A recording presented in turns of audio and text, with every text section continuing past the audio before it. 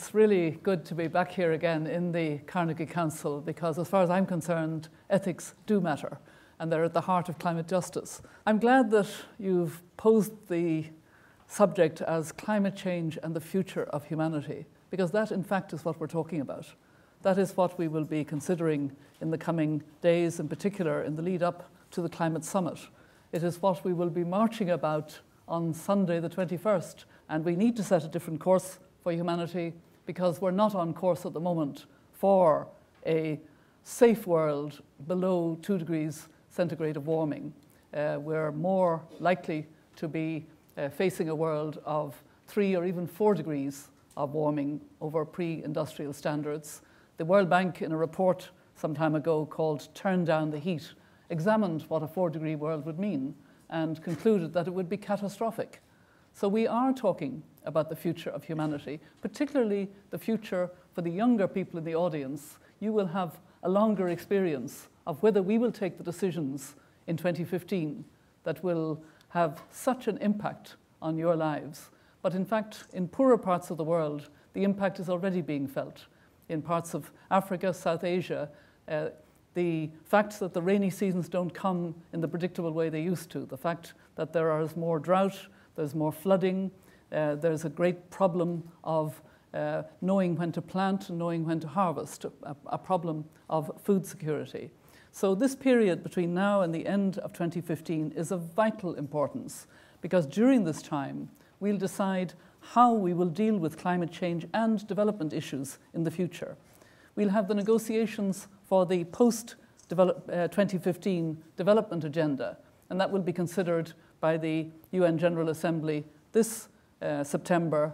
They will look at the recommendations of the Open Working Group, which recommended 17 goals, one of which is in fact a separate climate goal. So there's a close nexus and link between the 2015 post-development agenda, the Sustainable Development Goals, and the work towards a new climate agreement.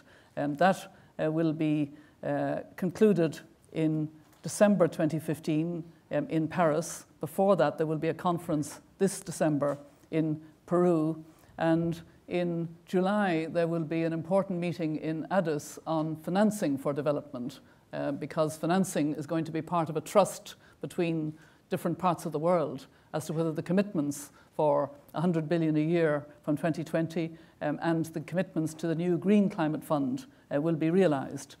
So it really is an incredibly important period. It's probably comparable to the problems that the world faced and addressed well in 1944-45. There was that feeling of never again after 2 world wars, after Holocaust, after the dropping of atomic bombs in Japan, a driven, felt mantra of never again, and that the world needed to come together in solidarity and take decisions and adopt the Charter of the United Nations, a Marshall Plan for Europe, the Bretton Woods institutions, and a few years later, the Universal Declaration of Human Rights. So at that time, faced with what seemed to be huge challenges and a need to come together in solidarity, the world did. We actually need the same pressure and mood now. We need a movement about addressing the climate issue, and the march on Sunday of civil society groups in the widest sense, because it's not just happening here in New York, it's happening in many cities around the world, will be a way of building up that momentum. And then the climate summit itself will be very important because it will be a meeting of over 120 heads of state or government who will commit to what their countries will do in addressing mitigation and adaptation and moving to the renewable energy of the future and away from fossil fuels.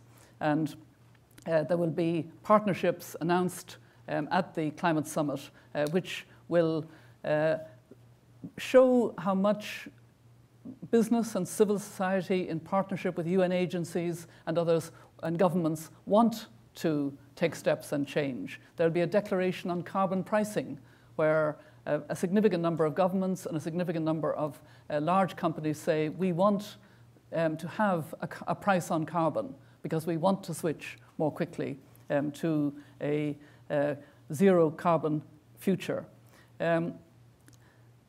Approaching these issues with a climate justice perspective will, we believe, benefit both people and the planet, because equity lies at the heart of a climate justice approach.